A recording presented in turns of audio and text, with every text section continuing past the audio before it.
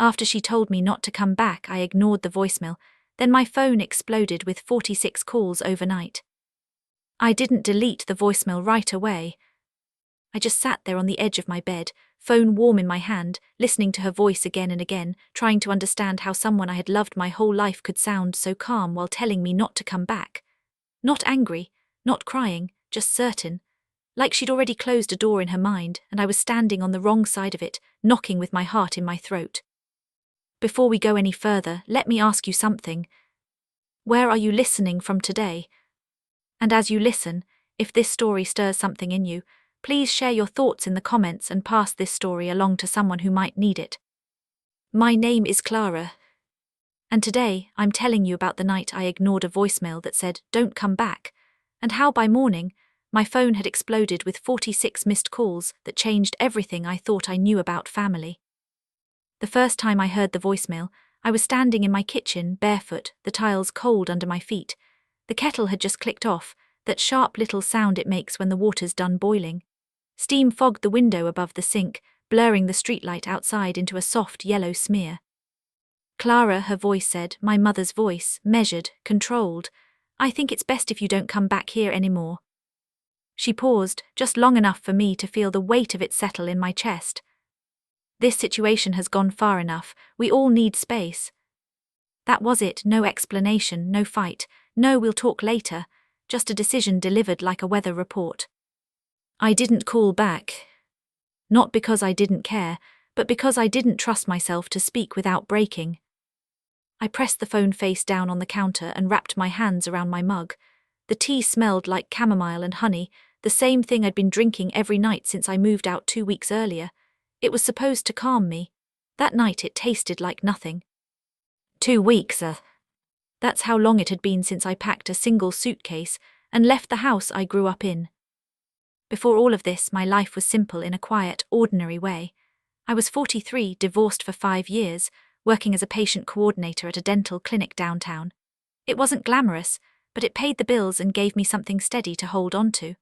I lived alone in a small rental on Maple Street, the kind of place with thin walls and an old refrigerator that hummed all night like it was thinking too hard. Most evenings I cooked for one, soup, roasted vegetables, sometimes pasta if I was feeling indulgent. I'd eat at the little round table by the window, scrolling through messages from my sister Emily, or watching the same cooking shows I half listened to more than watched. Sundays were for my mother, Helen. She lived in the family house, the one my father built with his own hands before he passed.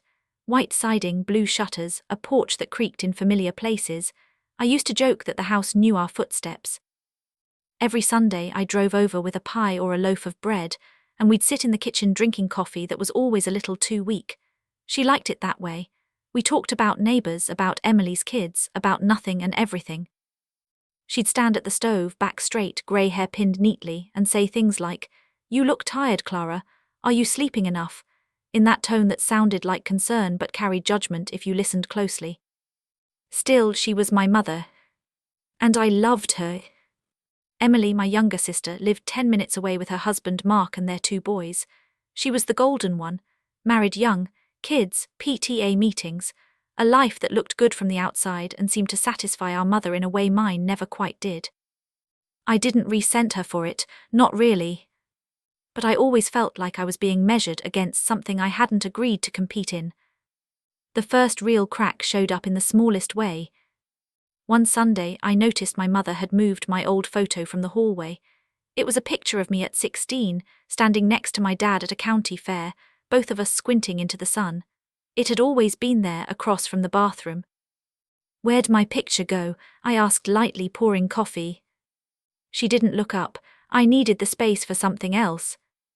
In its place was a framed photo of Emily's youngest, missing his front teeth, grinning wide. I told myself it meant nothing. Houses change, walls get rearranged. But then she stopped asking me to stay for dinner. Then she started answering my calls a little later than usual. Then Emily began speaking for her. "Mom's been tired," Emily would say when I asked why she sounded distant. "She doesn't need stress right now." Stress. As if my presence was a weight. The night everything shifted for good was a Thursday. I remember because the clinic had been short-staffed, and my feet ached by the time I got home. I had just kicked off my shoes when my phone rang. Emily's name lit up the screen. "Hey," I said, already bracing myself. "Did Mom tell you?" she asked, no greeting, voice tight. "Tell me what?" A pause, then about the house. I sat down on the arm of the couch. "What about it?" Another pause, longer this time. I could hear muffled sounds on her end, a television maybe, or one of the boys. "She's making some changes," Emily said carefully. "Plans." "What kind of plans?" "Clara," she sighed. "You know Mom, she just wants things settled." That word again, settled. Like I was something loose that needed to be fixed in place or removed. "I don't understand," I said. "Why are you calling me about this?" Because, I realized a second too late, she didn't want to say it in front of our mother. Emily lowered her voice. "She's signing the house over to me." The room felt suddenly smaller, like the walls had leaned in. "What do you mean signing it over?" I asked. "It's not hers alone, Dad." "I know," Emily cut in, "but Dad trusted her to decide, and she has." I laughed, a short sound that surprised even me. "Decide what? That I don't exist?" "That's not fair," Emily said quickly. "You don't live there, you don't have kids, it makes sense." "Makes sense to who?" My voice shook now. "Because last I checked, I'm still her daughter." Silence stretched between us, heavy and uncomfortable. "She doesn't want conflict," Emily said finally. "And honestly, Clara, you've always been sensitive." Sensitive? That word landed harder than I expected. I hung up without saying goodbye. 2 days later, I went to the house unannounced. I told myself I just wanted clarity, a conversation, the kind mothers and daughters are supposed to be able to have. My mother opened the door with surprise flickering across her face, quickly replaced by that composed calm. "You should have called," she said. "I did," I replied. "You didn't answer." She stepped aside anyway, letting me in. The house smelled like lemon cleaner and something baking, normal, comforting, infuriating. We sat at the kitchen table. She folded her hands, eyes steady on me. "I hear you're making changes," I said. "I am," she answered. "I'm getting older, I need to think about what comes next." "And I don't fit into that?" I asked quietly. She exhaled like she'd been waiting for this. "Clara, you've always chosen your own way, I respect that, but Emily's life is established." "So mine is," my throat tightened. "You don't have the same responsibilities," she said. "This house needs a family." I stared at her, really looked at her, and for the first time I saw not just my mother, but a woman afraid of disorder, of unpredictability, of anything she couldn't control. "I am your family," I said. She looked away. The argument didn't explode, it eroded. Words fell apart between us, sharp but quiet. When I finally stood to leave, my hands were shaking. "I need some time," she said as I reached the door. "So do I replied. That's when I moved out, not far, just enough to breathe. And now, 2 weeks later, her voicemail sat on my phone like a stone. I didn't return it that night. I didn't text. I turned my phone on silent and went to bed, staring at the ceiling while the refrigerator hummed and a car passed outside, tires hissing on pavement. Sometime after midnight, I dreamed of the hallway in the old house, all the pictures gone, blank walls. When I woke up, light was creeping through the blinds. My mouth felt dry. I reached for my phone out of habit. The screen lit up. Missed calls. So many that they filled the screen, stacked on top of each other. Emily. My mother. Mark. Unknown numbers. I scrolled, heart pounding. 46 missed calls. All between 1:12 a.m. and 5:48 a.m. And beneath them, a single text from Emily, sent at 3:06 a.m. "Clara, please call me, something's wrong." I sat there, the weight of it pressing down on me, knowing that whatever door had closed the night before had now burst open in a way none of us had planned. I stared at the phone, my finger hovering, the past and the future colliding in my chest. And for the first time since that voicemail, I felt afraid. I sat on the edge of my bed for a long time, phone buzzing softly in my hand as if it were breathing. Each missed call felt like a knock I hadn't answered, each name a reminder that silence doesn't stop things from happening. It only delays the moment you have to face them. I called Emily first. She picked up on the first ring, her voice already breaking. "Clara, thank God." "What happened?" I asked, my voice steady even though my stomach had tightened into a hard knot. "It's Mom," she said. "She fell or something happened, we're at the hospital." The room tilted just slightly. I pressed my feet flat against the floor to ground myself. "Is she alive?" Yes, she's conscious, but it's complicated." That word again, complicated, it seemed to follow our family like a shadow. "I'm coming," I said. There was a pause, not long but long enough for me to hear everything she didn't say. "They asked for you," Emily said finally. I didn't ask who they were. I didn't ask why now. I grabbed my coat, my keys, and left my apartment without turning off the light. The drive to the hospital took 20 minutes. I don't remember most of it. The streets were nearly empty, washed in that pale early morning blue. My hands were steady on the steering wheel, but my chest felt hollow, like something important had slipped out without me noticing. When I walked into the emergency room, the smell hit me first. Disinfectant and old coffee. Fear, if I'm honest. Emily was packing near the nurse's station, her hair pulled into a messy bun, eyes red and swollen. Mark stood nearby, arms crossed, jaw tight. She saw me and rushed over, wrapping her arms around me like she was afraid I might disappear. "I'm sorry," she whispered into my shoulder. "I'm so sorry." "For what?" I asked. "For everything." We pulled apart, and for a moment we just looked at each other. Sisters again, not competitors, not intermediaries, just two women who shared the same mother and the same worry. "What happened?" I asked. Emily rubbed her face with her hands. She collapsed in the kitchen. I came by late last night because she wasn't answering her phone. I found her on the floor. My mind flashed to that kitchen, the table, the chair she always sat in, the lemon cleaner. "They think it was a mild stroke," Emily continued. "She'll recover, but there were complications." "What kind of complications?" Emily glanced at Mark, then back at me. "Paperwork ones." A doctor came out then, a man with tired eyes and a calm voice. He explained my mother's condition in careful terms. Stable, under observation, more tests. He asked about family history, about medications. Then he said, "We'll need to discuss her advance directives." Emily stiffened beside me. "I'm her daughter," I said automatically. "I can help with that." The doctor nodded. "Good, we'll also need to clarify legal authority." That was when Emily spoke. "I have power of attorney."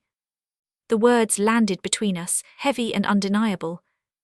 I turned to her slowly. "You do?" She swallowed. "Mom signed it last month." "Of course she did." While I was still coming over on Sundays, bringing pie, believing I was still part of the conversation. "I didn't know," I said. "I know," Emily replied quietly. "She didn't want to upset you." I almost laughed at that. The irony pressed against my ribs. They let me see my mother an hour later. She looked smaller in the hospital bed, her hair loose, her face pale against the white pillow. Machines hummed softly around her, steady and indifferent. Her eyes opened when I stepped in. "Clara," she said, my name thin but clear. I took a chair and sat beside her, careful not to touch her right away. I didn't trust myself yet. "You scared us," I said. She closed her eyes for a moment. "I didn't mean to." There was so much I wanted to say, about the voicemail, about the house, about being shut out of decisions that shaped my life whether anyone acknowledged it or not. But she spoke first. "I shouldn't have said that," she murmured, "on the phone." My breath caught. "Said what?" "Not to come back." I looked at her, really looked at her, and saw fear there. Not authority, not control, fear. "I was angry," she continued, "and tired, and I thought pushing you away would make things simpler." "Did it?" I asked gently. She didn't answer. A nurse came in, adjusted something, smiled politely, and left us alone again. "I listened to it," I said quietly, "the voicemail." She nodded. "I know." "And I didn't call back." Another nod. "I know." Silence settled between us, thick but not hostile, just full. "I signed the house over to Emily," she said suddenly. "I know." Her eyes flicked to mine. "You're angry." "I was," I said. "I still am, but right now I'm mostly tired." She sighed, a long, shaky breath. "I thought I was protecting the family." "By choosing one of us?" I asked. Her eyes filled, and for the first time she looked old. "I didn't think you needed it," she whispered. "You've always been strong." That sentence, meant as praise, felt like a lifetime of being overlooked. I stood up after a while, told her to rest. As I turned to leave, she reached out and caught my hand. "I'm afraid," she said.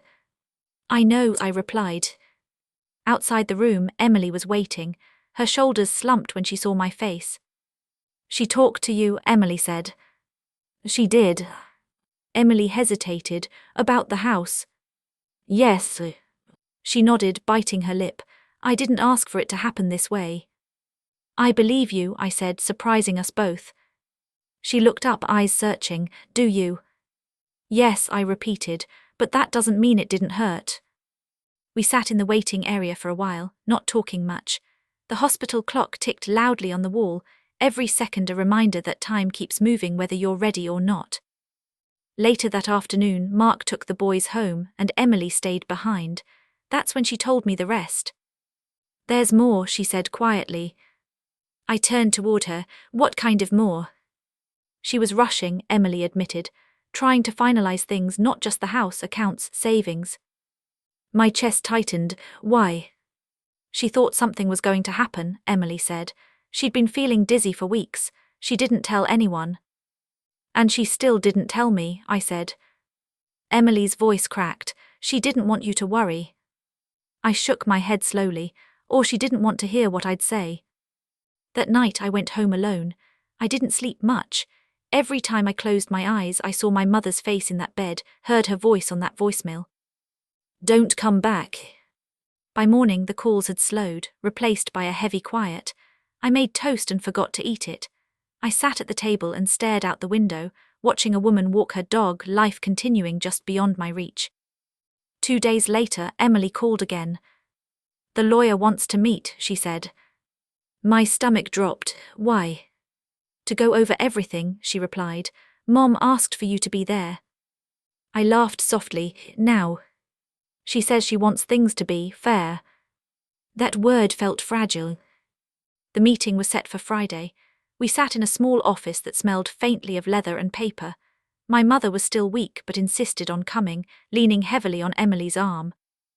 The lawyer spoke in calm, careful language, explaining trusts, deeds, signatures. My name came up only once. "There was no provision made for Clara," he said gently. "At the time." At the time. As if time itself were the problem. My mother shifted in her chair. "I want to change that." Emily looked at her sharply. "Mom." "I want to," she repeated. "I don't want Clara to feel like she was pushed aside." I didn't know what to say. Part of me wanted to refuse anything that felt like an afterthought. Another part just wanted acknowledgement. The lawyer nodded. "That's possible, we can amend." "Not the house," my mother said quickly. "That's done, but something." "Something." "A consolation prize, or a bridge." Emily looked at me then, guilt plain on her face. "I didn't know it would be like this." I met her eyes. Neither did I. We left with no decisions finalized, just promises of follow-ups and more paperwork. Outside, the air felt too bright, too loud. My mother took my hand before getting into Emily's car. "I never meant to hurt you," she said. "I know," I replied, "but intentions don't erase impact." She nodded slowly, as if filing that away somewhere deep. That night, back in my apartment, I listened to the voicemail one last time. Then I deleted it.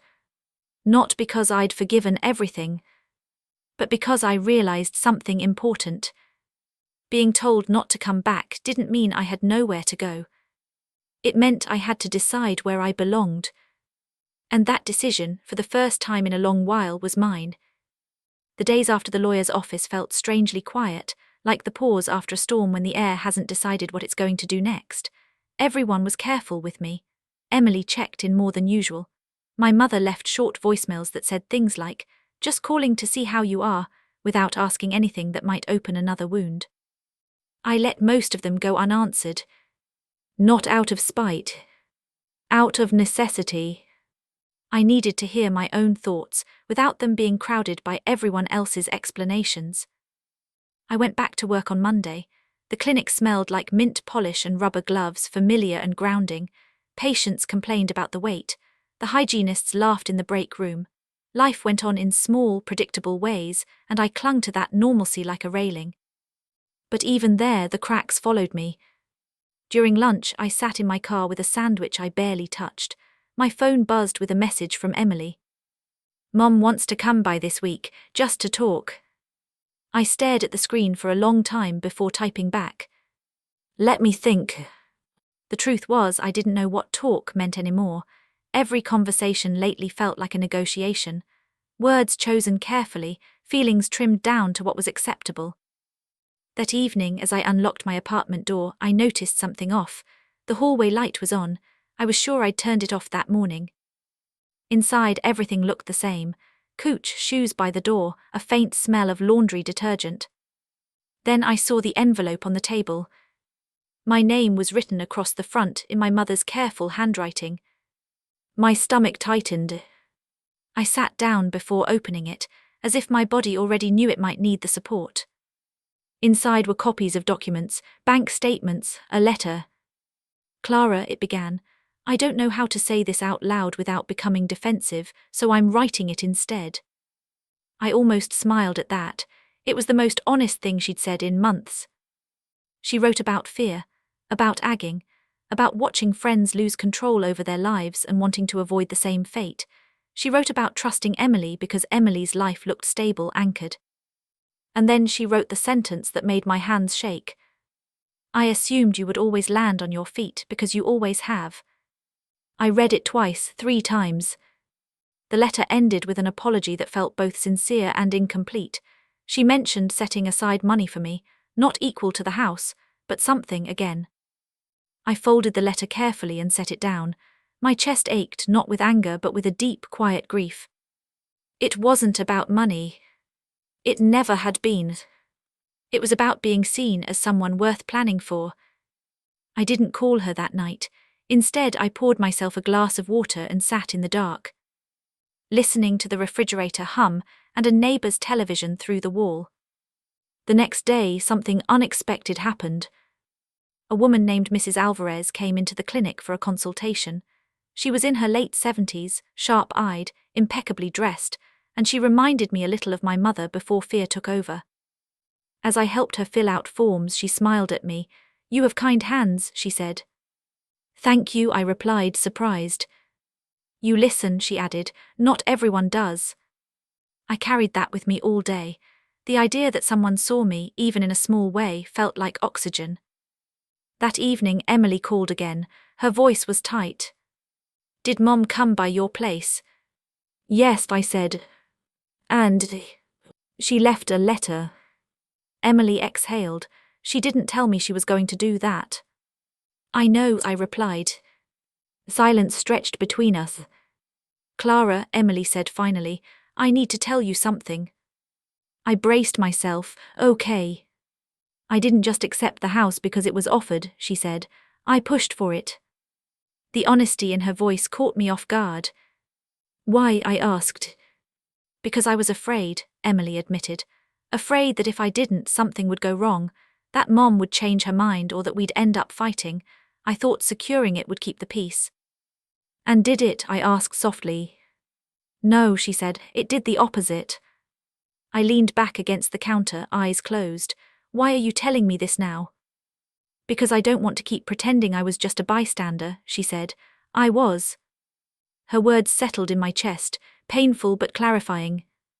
"Thank you for telling me," I said. "I don't expect forgiveness," Emily added quickly. "I just didn't want to lie anymore." After we hung up, I realized something else had shifted. For the first time, Emily wasn't hiding behind our mother's decisions. She was owning her part. That mattered. The following Saturday, I agreed to meet my mother, not at the house, at a cafe halfway between us. She arrived early, already seated, hands wrapped around a mug. She looked thinner, more fragile, but her eyes were clear. "Thank you for coming," she said. I sat across from her. The cafe smelled like coffee and cinnamon, soft music played overhead. "I read your letter," I said. She nodded. "I thought it might be easier." "It was," I admitted, "and it was." She winced slightly. "I need you to understand something," I continued. "Being strong doesn't mean I don't need you." Her eyes filled. "I know that now." "Do you?" I asked gently, "because your actions told me something else for a long time." She reached across the table, hesitated, then pulled her hand back. "I was wrong." The simplicity of it surprised me. "I didn't know how to be fair without losing control," she said, "and I chose control." I took a breath. "I don't want to fight anymore." "Neither do I," she said quickly. "But I also don't want half apologies or last-minute fixes," I added. "I want honesty, even when it's uncomfortable." She nodded slowly. "I can try." That was all she offered, not perfection, just effort. We talked for over an hour, about my divorce, about her loneliness, about the way silence had crept into our relationship and settled there. When we stood to leave, she looked at me with something like relief. "I'm glad you didn't disappear," she said. "I almost did," I replied honestly. That night as I drove home I felt lighter, not healed, but lighter. The next week brought another surprise. The lawyer called me directly. "Your mother would like to revise her will," he said, "and she's requested your presence alone." Alone. I agreed to meet him the next day. My hands shook as I held the pen, but my mind was clear. This time the conversation wasn't about what I was owed. It was about boundaries, about clarity, about making sure no one had to guess where they stood. When it was over, I stepped outside into the afternoon sun and closed my eyes. For the first time since that voicemail, I felt something close to peace. Not because everything was fixed, but because everything was finally out in the open. The real consequences didn't arrive with shouting or slammed doors. They came quietly, through conversations that could no longer be avoided and truths that refused to stay buried. A week after the lawyer meeting, my mother insisted on hosting Sunday dinner again. Not just for Emily and me, for everyone. "It's time," she said on the phone. "I don't want things whispered anymore." I almost said no. The idea of walking back into that house made my chest tighten, but something in her voice told me this wasn't about control. It was about exposure. "I'll come," I said, "but I'm not pretending." "Neither am I," she replied. The house looked the same when I arrived. The porch still creaked on the third step. The wind chimes still tapped softly against each other, but inside something felt different, like a room after furniture has been rearranged. Emily and Mark were already there, along with Mark's sister and her husband. Even our Aunt Joan, who had a way of noticing everything and saying very little, sat at the table. My mother stood in the kitchen, stirring a pot slowly. She looked up when she saw me. "You're here," she said, relief flickering across her face. "I said I would be," I replied. We sat down together, the table crowded with dishes and unspoken tension. Plates clinked, someone poured water, no one reached for the bread right away. My mother cleared her throat. "I asked you all here because I need to say something," she began. Emily stiffened beside me. I kept my eyes on my plate. "I made decisions recently that affected my family," my mother continued, "and I didn't handle them well. A few people shifted in their chairs. I let fear guide me instead of fairness," she said, "and in doing so I hurt Clara." All eyes turned to me. I felt my face warm, but I didn't look away. "I want to be clear," she went on. "Clara is my daughter. She has always been there for me, and I treated her strength like it meant she didn't need consideration." The room was silent now. Even the boys had stopped fidgeting. "I'm correcting what I can," she said, "and I'm owning what I can't." Emily swallowed hard. Aunt Joan nodded once slowly, as if filing the moment away. Dinner continued after that, awkward but honest. People asked me questions directly instead of through Emily. Someone laughed at a joke. The boys relaxed again. It wasn't perfect, but it was real. After dessert, Emily asked to speak to me outside. The evening air was cool, the sky turning pink at the edges. We stood near the porch, close enough to hear the wind chimes. I didn't know she was going to say all that, Emily said. I did, I replied. She warned me. Emily nodded. You didn't have to let her. Yes, I did, I said, for both of us. Emily looked down at her hands. People are going to talk. They already were, I said. Now they'll have the truth. She hesitated. I feel exposed. I know, I replied gently. So did I. She met my eyes. I'm sorry, Clara, not just for the house, for assuming you'd always be okay. That apology, finally spoken out loud, loosened something deep in my chest. Thank you, I said. The following weeks brought subtle shifts. Relatives called me directly instead of asking Emily how I was doing. My mother started inviting me over without qualifiers. More importantly, I stopped shrinking myself to make things easier for others. At work, when my supervisor asked me to take on extra responsibilities without compensation, I said no. When a friend made a careless comment about my flexible life, I corrected her. Strength I was learning didn't mean silence. Then came the moment I hadn't expected. My mother called me late one afternoon, her voice unsteady. I need you to come with me tomorrow, she said. Where? I asked. To the bank, she replied. I want you there when I sign the last documents. Something in her tone told me this wasn't about legal necessity, it was about witness. The bank smelled like carpet cleaner and paper. We sat side by side as the clerk slid forms across the desk. My mother read each one carefully, then looked at me before signing. This is how it should have been, she said quietly. I nodded, unable to speak. When it was done, she squeezed my hand. Thank you for not giving up on me. I almost did, I said honestly. I know, she replied. Outside the sun was bright, cars passed, life went on. That evening, Emily came by my apartment alone. She brought coffee and sat at my small table looking around. This place feels like you, she said. I like it, I replied. She hesitated. I've been thinking about the house. I tensed. What about it? I don't want it to be a symbol of division, she said. If you ever need it, if things change, I want you to know it's open to you. The offer surprised me, not because of its practicality, but because of what it represented. Thank you, I said, but I don't need it. She looked relieved. You're sure? Yes, I replied. I needed to know I mattered, not that I owned something. She nodded, eyes wet. As she left, I realized something important. The power had shifted, not from her to me or from my mother to anyone else, but back to myself. I stopped waiting to be chosen. A month later, I returned to the old house alone. My mother had asked me to help go through some boxes in the attic. Dust hung in the air, sunlight slanting through the small window. I found a box labeled Clara. Inside were school projects letters, photos I didn't remember keeping. At the bottom was the fair photo with my dad. My throat tightened. I carried it downstairs and placed it back in the hallway. My mother watched from the kitchen. That's where it belongs, she said. Yes, I replied, it is. The weeks that followed felt quieter on the surface, but underneath, everything was still rearranging itself. Healing, I learned, doesn't announce itself. It shows up in small, almost invisible ways, in how people speak to you, in how you speak to yourself. I started noticing the difference in my mother first. She called more often, not to give instructions or updates, but to ask questions, real ones. What did you cook tonight? How work feeling these days? Are you tired or just busy? At first I answered carefully, like someone testing ice with the toe of a boot, but slowly I relaxed. I let my answers stretch.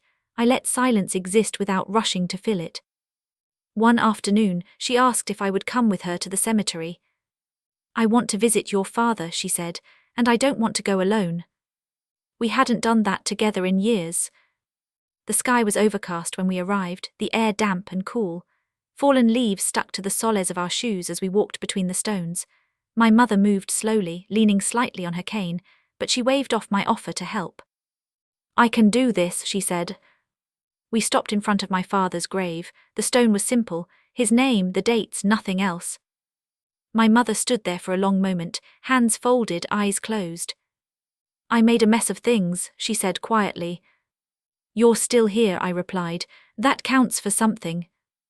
She nodded. Your father always said you were the bravest of us.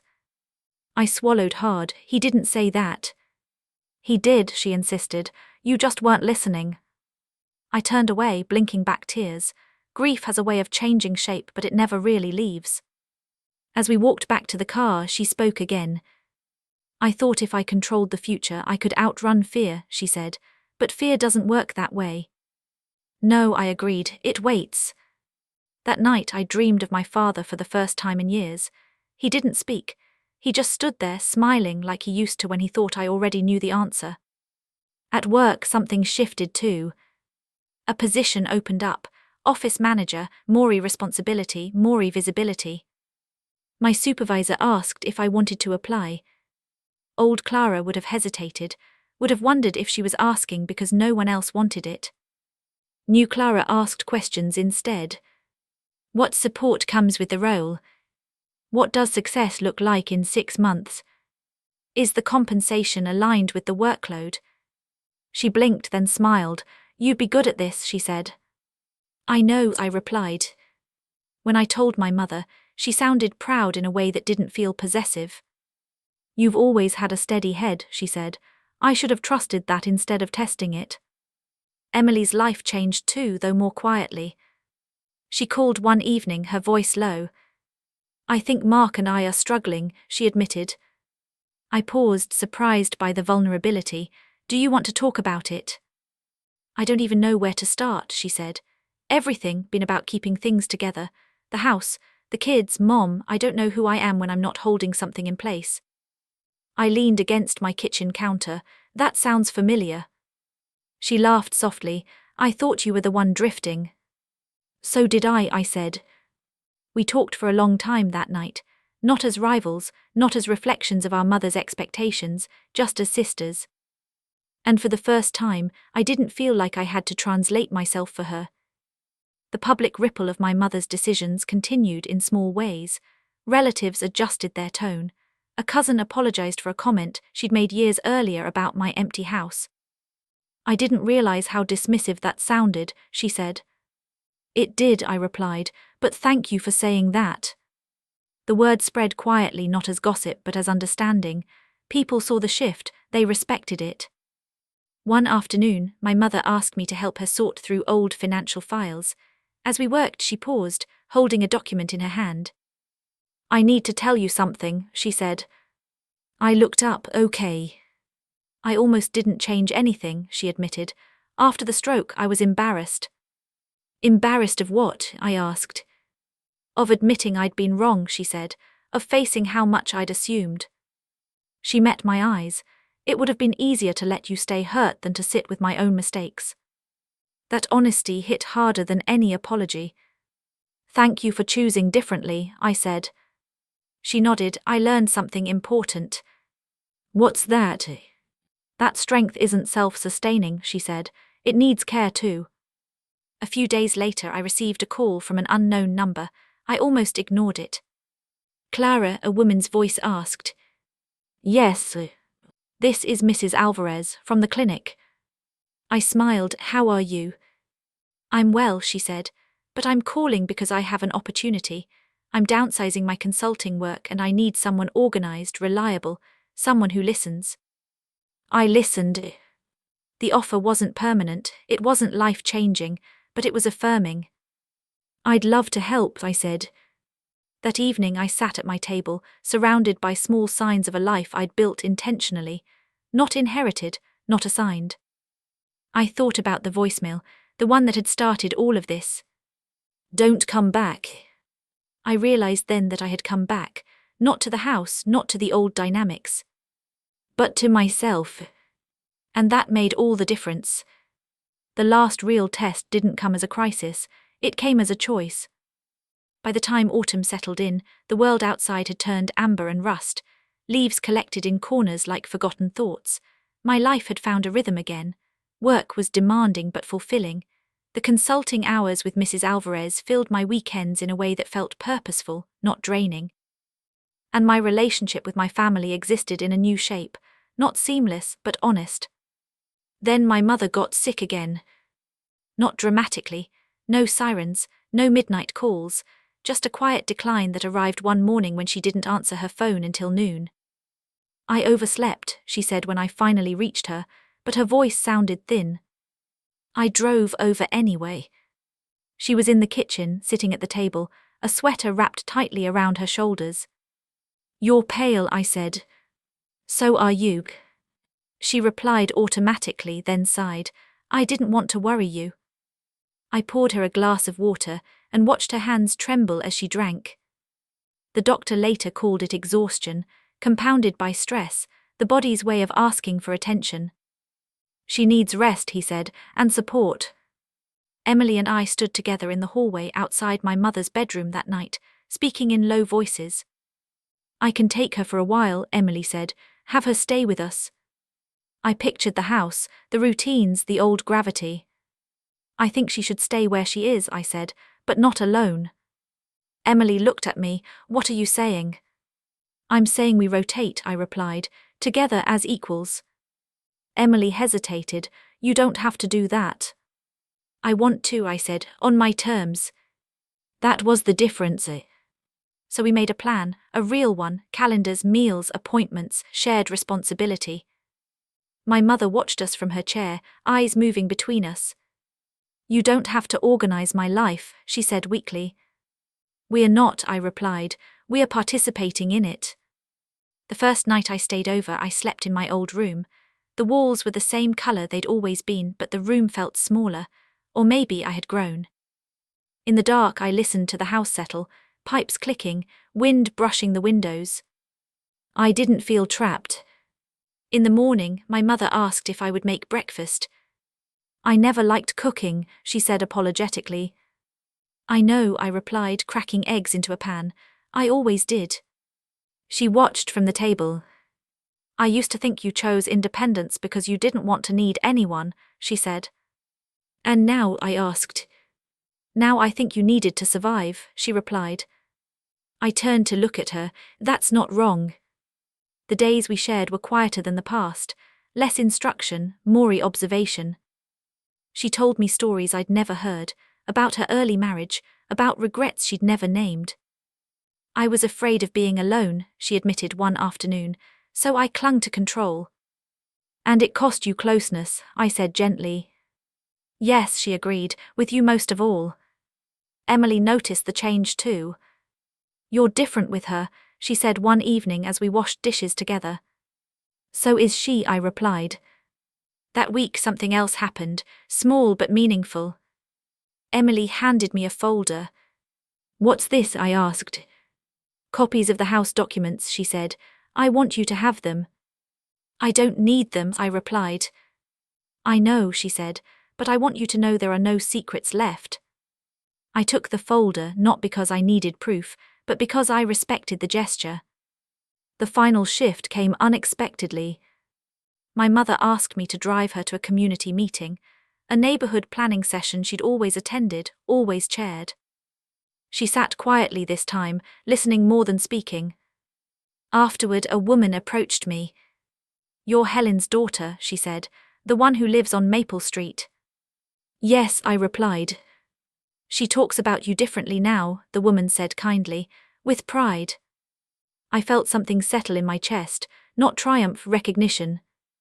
That night, as I tucked my mother into bed, she caught my hand.